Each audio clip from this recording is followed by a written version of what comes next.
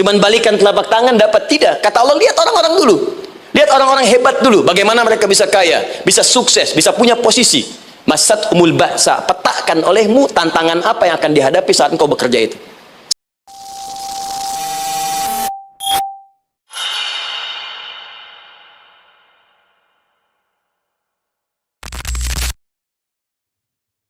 Kadang sudah mulai masukkan tender, tiba-tiba gagal, diserobot orang, kadang-kadang orang yang dapat, Anda yang ngajukan, itu biasa. Anda berlanjut, diterangkan oleh Allah, hei, tugas suami saat mulai pertama kali menikah, maka tugas yang pertama siapkan untuk mencari nafkah. Bagaimana caranya ya Allah? Diturunkan oleh Allah. Satu, jangan takut kehilangan rizki. Jangan pernah mencuri, jangan pernah ngambil punya orang, karena punya kamu akan saya berikan sempurna. Kamu ngambil punya orang, maka kamu akan menyulitkan diri sendiri. Itu akan dikembalikan pada yang berhak. Ya, turun Quran surah ke-51 ayat 22. Dirinci, begini cara nyarinya. Quran surah kedua ayat 168. Kalau Anda ingin cepat baru bergerak, rizkinya sudah dapat. Quran surah kedua ayat 172. Ada yang dahsyat, dia belum keluar, rizkinya yang mendatangi dia. Jadi nanti di Al-Quran ada 8 jenis rizki. Di antara yang paling hebat, ada yang belum Anda datang, rizkinya sudah menjemput. Ada orang mendatangi rizki, ada rizki mendatangi dia. Contoh, Al-Imam Asy-Syafi'i sedang berdiskusi dengan Imam Malik, gurunya. Kata Imam Asy-Syafi'i, Syekh, rizki itu mesti saya cari dulu, baru kita dapat. Kata gurunya, ya Syafi'i, ada rizki yang cukup kita beramal dekat kepada Allah, dia akan datang tanpa kita cari dengan ikhtiar manusia. Kata Syafi'i, mustahil. Kata Quran kan kita kerja dulu, baru datang. Kata Imam Malik, gurunya, kamu yang belum sampai, kita amalkan ini, rizki datang. Maka berhenti sampai di situ. Imam Syafi'i pamit. Di jalan tiba-tiba beliau mendapati ada panen anggur, Pak, Bu. Terus dipanggil sama yang punya kebun. Ya, pemuda, katanya, sini, mau bantu nggak? Kalau kamu bantu, kami berikan anggurnya.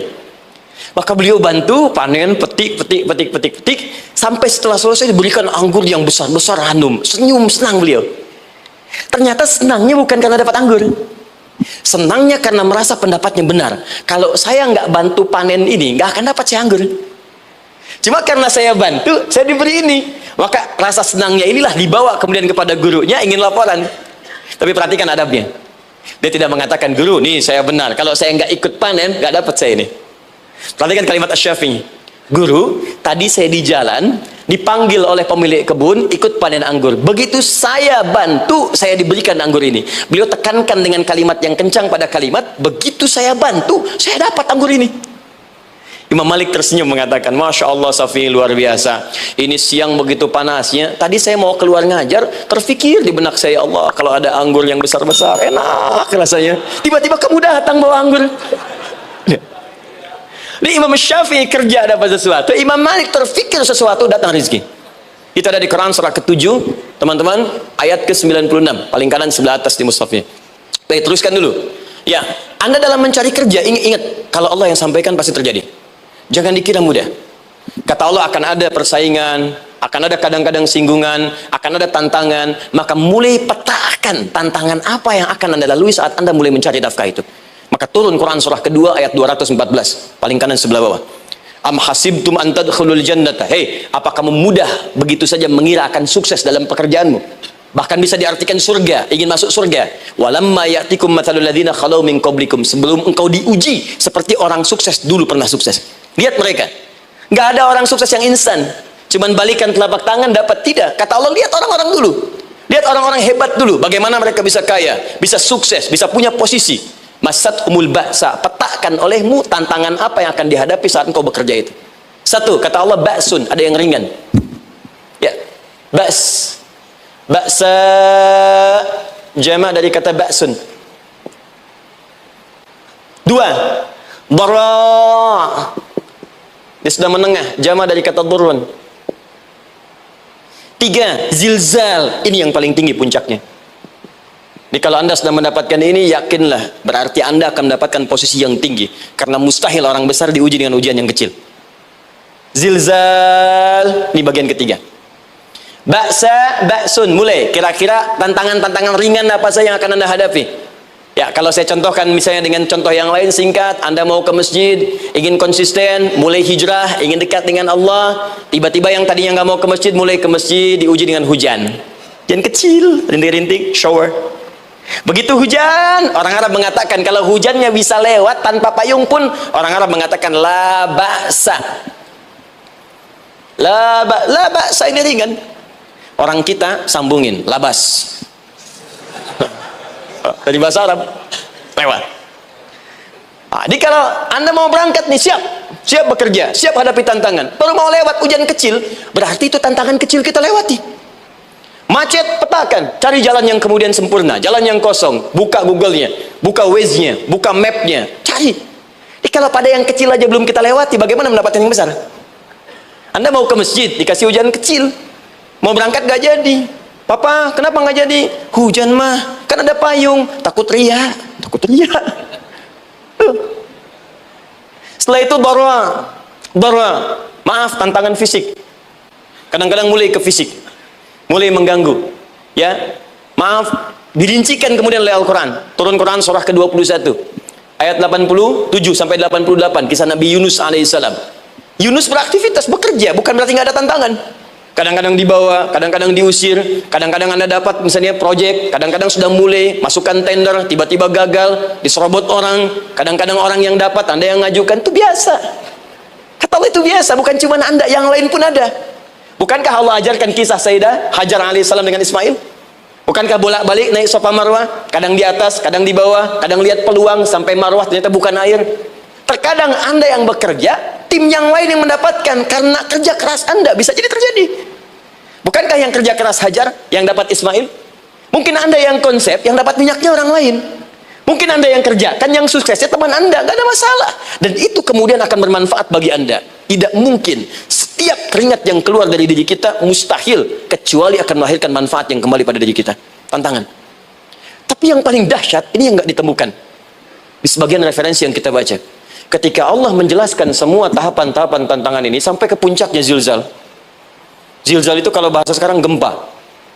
Ada ujian yang menggoncang hati kita. Ketika Anda kerjakan, ya Allah, tantangannya dahsyat. Kenapa mesti saya, ya Allah? Kau nggak selesai-selesai, ya Allah. Itu wajar, teman-teman, itu biasa. Kata Allah, orang dulu saja mengatakan, mata nasrullah, kapan ini selesai? Berbahagialah kalau teman-teman sudah mendapatkan tantangan puncak yang paling tinggi ini. Ini artinya Allah sedang mempersiapkan Anda menjadi orang besar di kemudian hari. Dan cara mengatasinya diturunkan Quran surah ketiga ayat 142, paling kiri sebelah atas. Perhatikan dahsyatnya. Yang pertama diterangkan tantangannya, yang kedua dijelaskan cara mengatasinya. Saya mau berhenti sampai di titik ini, nanti saya terangkan cara berinteraksi dengan Al-Quran. Ya, perhatikan baik-baik. Kata Allah, jika kelak engkau sudah bisa memetakan tantangan ini, maka siapkan solusi untuk mengatasinya. Ayatnya dibuka dengan kalimat yang sama persis. Saya pernah sampaikan teori ini di dua perusahaan besar di Indonesia. Yang pertama, ada salah satu perusahaan, karena ini direkam saya nggak sebutkan perusahaannya, perusahaan otomotif besar, sedang turun gratis, kemudian juga ada inflasi yang tinggi. Terus saya terangkan teori Quran. Ya praktekkan berhasil, Pak. Padahal saat itu saya presentasi di depan non-muslim. Non-muslim.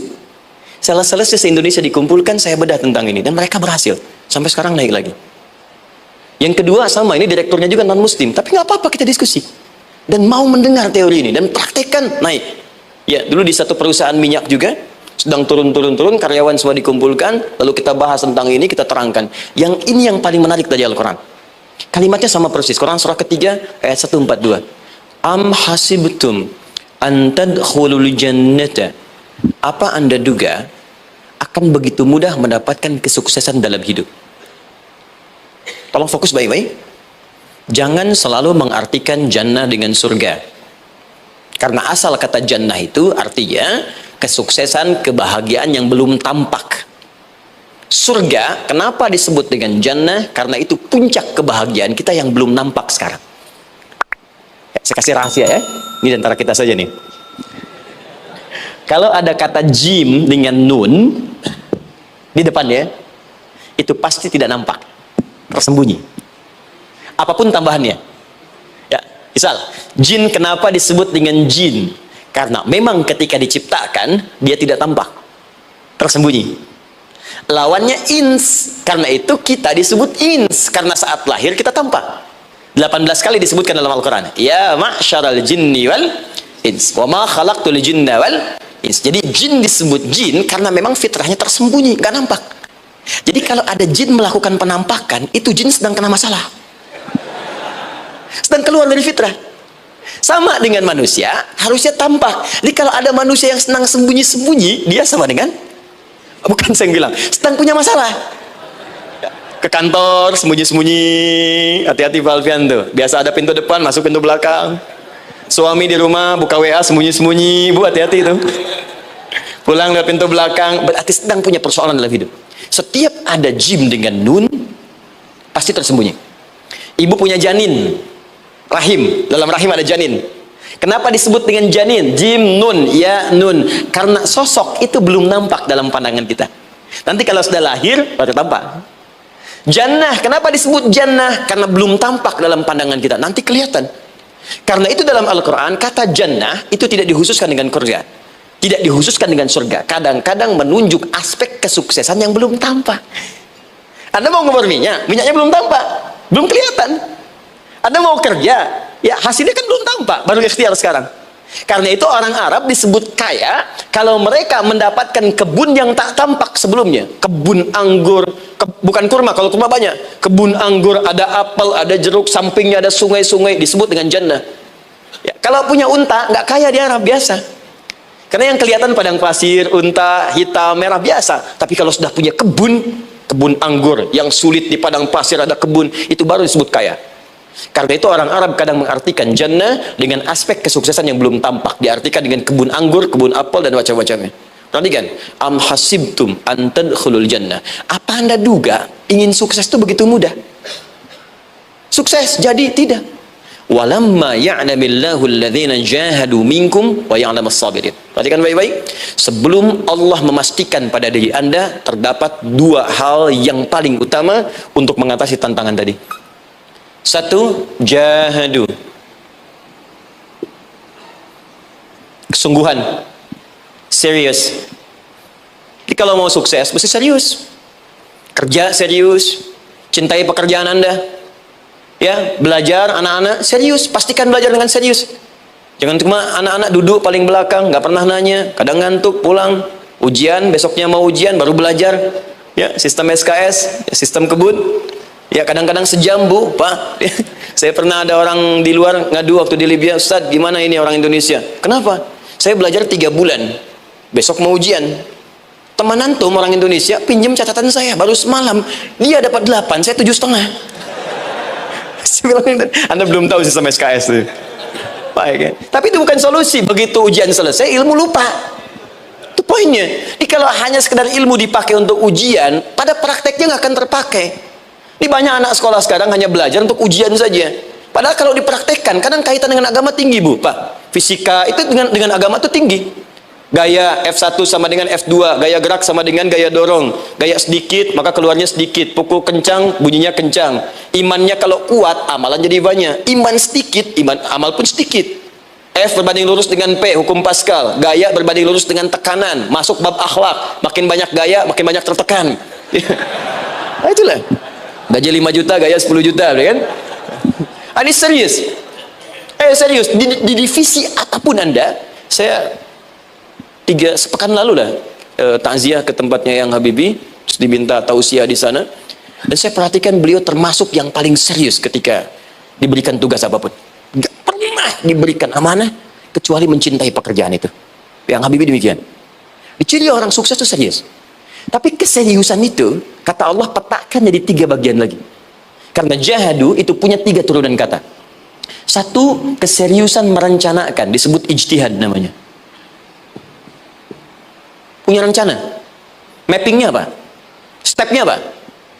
Oke, Anda ingin kerjakan sebuah proyek, baik, proyeknya berlangsung berapa lama? Target kita apa? Jangka panjangnya, menengahnya, jangka pendeknya. Kemudian apa tantangan yang akan dihadapi di setiap tahapan-tahapannya? Selesaikan. Bahkan saking pentingnya tahap perencanaan ini ditunjukkan oleh Allah langsung lewat sholat. Teman-teman masih ingat sholat pertama yang kita kerjakan setiap hari, sholat apa namanya? Subuh. Apa artinya subuh? Tuh, ini masalahnya. Ini kata Al-Quran sendiri, ya, kata Al-Quran sendiri. Nanti akan ditemukan orang yang ibadah tidak paham apa yang dikerjakan dan dilakukan dalam ibadahnya. Contoh sholat. Kata Allah, akan ada orang sholat yang saat sholat tidak mengerti apa yang ia baca dan dia lakukan dalam sholatnya. Jujur tanyakan pada diri kita, sampai detik ini, dari sekian ribuan kali ruku dan sujud, berapa persen bacaan sholat yang kita pahami? Jangan-jangan kita ruku tapi nggak ngerti yang dibaca. Sujud tak paham yang diungkapkan. Bagaimana bisa khusyuk? Mustahil. Kembali ke sini, kenapa sholat pertama itu disebut dengan subuh? Teman-teman, ternyata semua nama sholat dari subuh sampai isya, plus bacaan dan gerakan dari takbir sampai salam, itu bukan sekedar gerakan semata. Semua ada artinya, ada maknanya. Dan diajarkan oleh Nabi langsung. Subuh disebut dengan subuh. Ada dua kata. Satu, fajar. Quran surah ke-17 ayat 78. Inna Qur'an al-fajri kana mashhuda. Kedua, subuh di surat At-Takbir. Was-subhi idza tanaffas. Kenapa disebut fajar? Fajar itu pancaran positif, pancaran kebaikan. Jadi kalau yang baik disebut fajar. Kalau yang jelek disebut fujur. Fujur ada di Quran surah 91 ayat 7 sampai 8. Wa nafsi wa ma sawwaha fa'alhamaha fujuraha wa taqwaha. Fujur itu rambatan, gelombang buruk yang muncul dari nafsu. Ya, ditembuskan ke elemen tubuh kita. Misal gini. Tiba-tiba pengen marah. Ya, di tubuh kita mengatakan melotot, maka ini ada pancaran di hati kita nyambung kemudian ke mata. Ini rambatan dari sini ke mata disebut fujur namanya. Mau ke tangan pukul, masuk ke tangan. Itu rambatannya disebut fujur namanya. Ya. Yang baiknya disebut fajar. Ya, misal saya ingin sholat, tiba-tiba hati mengatakan sudah azan, merambat ke kaki, cepat melangkah, cepat wudhu. Nah itu rambatannya disebut fajar namanya, atau infajar. Ini pasti ada, ya. Fujur nama lainnya nafsu. Disebutkan 115 kali dalam Al-Quran. Takwa, rambatan fajar, sumbernya takwa. Disebutkan 115 kali dalam Al-Quran. Di jiwa kita ada takwa, ada nafsu. Takwa yang dorong malaikat, disebutkan 88 kali dalam Al-Quran. Nafsu yang dorong setan, disebutkan sama 88 kali. Di setiap Anda akan mengerjakan satu hal, pasti akan yang mendorong pada yang baik, akan mencegah dari yang baik itu nafsu. Pasti itu. Pak Alpian mau tanda tangan proyek. Tiba-tiba disodorkan, Pak, ini Pak, kok begini proyeknya? Perbaiki, karena ada yang nggak beres.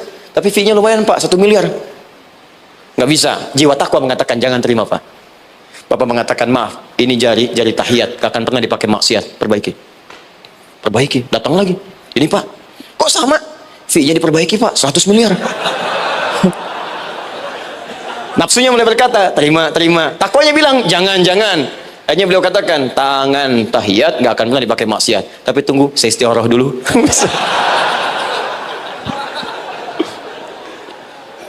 Nah, waktunya, ini salatnya disebut fajar. Kenapa disebut fajar? Karena saat kita tidur, terus dengar suara azan, Allahu Akbar, maka memancar dari iman kita, rambatan untuk merespon suara itu, bangun kita untuk menunaikan sholat. Waktunya disebut subuh. Kenapa disebut subuh? Dari kata asbah. Asbah itu artinya yang siap dengan rencana. Ya, orang Islam tuh nggak ada yang bangun dari tidurnya kecuali punya rencana jelas yang akan dieksekusi dari itu. Makanya sebelum kita bekerja mengeksekusi itu, kita datang menghadap Allah supaya Allah berikan kemudahan di setiap aktivitas kita. Coba lihat manajemen Nabi. Bukankah sebelum tidur beliau istighfar dulu? Dirinci pekerjaannya, dicatat yang akan dikerjakan besok, istighfar 70 kali, 100 kali, sehingga dengan istighfar saat tidurnya tenang. Coba kita biasakan. Ada yang baca Quran, ada yang istighfar. Kalau nggak percaya silahkan cek. Begitu Anda lakukan, tidurnya enak. Besoknya rencana itu sudah siap. Makanya ketika bangun, siap jam 7 mau kemana, jam 8 ada di mana, jam 12 kerjakan apa. Sebelum mengerjakan itu, datang kepada Allah, sujud, ya Allah, saya punya rencana ini, tolong mudahkan. Begitu caranya. Itu yang disebut dengan subuh. Nah, sekarang kembalikan peta hidup kita mau seperti apa ke depan. Ijtihad. Yang kedua, kalau sudah jelas konsepnya, visinya sudah ada, maka jihad. Yang kedua, jihad. Jihad itu eksekusinya, aksinya, actionnya, perjuangan fisiknya. Rencananya apa? Tahajud malam nanti. Bismillah. Jam berapa? 2:30. Baik, yuk kita mulai rencanakan. Eksekusi rencananya. Bagaimana cara kita bangun 2:30? Pasang alarm.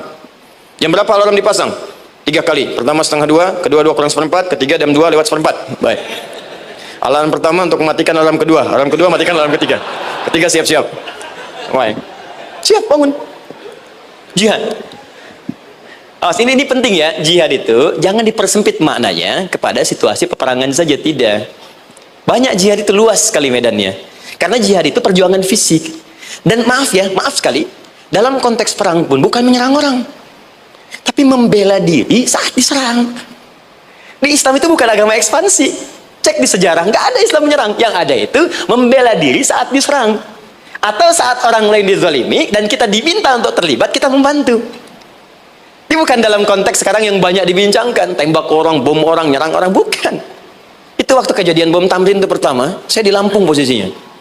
Itu begitu meledak, tuar. Pertanyaan pertama Pak di Balistani, Ustaz, apakah bom di Jalan Tamrin termasuk jihad fisabilillah? Saya bilang, Pak, sependek pengetahuan saya, jihad fisabilillah itu jihad di jalan Allah, bukan di Jalan Tamrin. Kaidahnya beda. Nah, misal mencari nafkah itu jihad. Cari nafkah jihad. Quran surah keempat ayat 34, paling kiri sebelah atas. Tugas pertama ketika menikah, kata Allah, ar-rijalu qawwamuna 'alan nisa. Setiap lelaki itu diminta oleh Allah untuk mengatur bagian rumah tangganya. Jadi pemimpin di rumah tangganya. Ya bima faddalallahu ba'dahum 'ala ba'din, karena diberikan kemampuan untuk memimpin. Di pemimpin itu ada di suami. Dan ciri khas pemimpin, Bu, biasanya ciri khas pemimpin apa, Bu? Bukan tegas, bukan. Ciri khas pemimpin itu tidak mau dipimpin. Makanya kalau ada sesuatu, masukkan lewat usulan, jangan beri saran. Kalau saran susah, itu pemimpin. Baik, tapi yang paling luar biasa kata Allah, perhatikan kalimatnya indah sekali. Wa bima anfaqu min amwalihim. Saya berikan tugas untuk mencari nafkah. Ketika seorang lelaki bertugas mencari nafkah, ingat ya, konteks apapun, kalau perempuan nanti bekerja bukan nafkah poinnya. Bisa hobi, ya, bisa aktivitas, tapi nafkah kalau sudah menikah itu ada pada suami. Perempuan tidak. Kalaupun tidak dilarang perempuan bekerja, tidak. Sayyidah Aisyah mengajar, ada yang para sahabiah jadi perawat, ya, ada yang pengajar. Banyak dulu sahabat Nabi yang perempuan mengajar. Ya, kan ada pelajaran-pelajaran khusus perempuan. Ya, ada bagian perawat, ada dokter. Ini kan yang ngandung perempuan, masa yang perisa laki-laki? Kan? Ada bagian perempuan tertentu. Itu silahkan bekerja boleh, tapi nafkah laki-laki. Begitu lelaki meniatkan pekerjaannya karena Allah untuk mencari nafkah, itu setiap langkahnya jihad fisabilillah.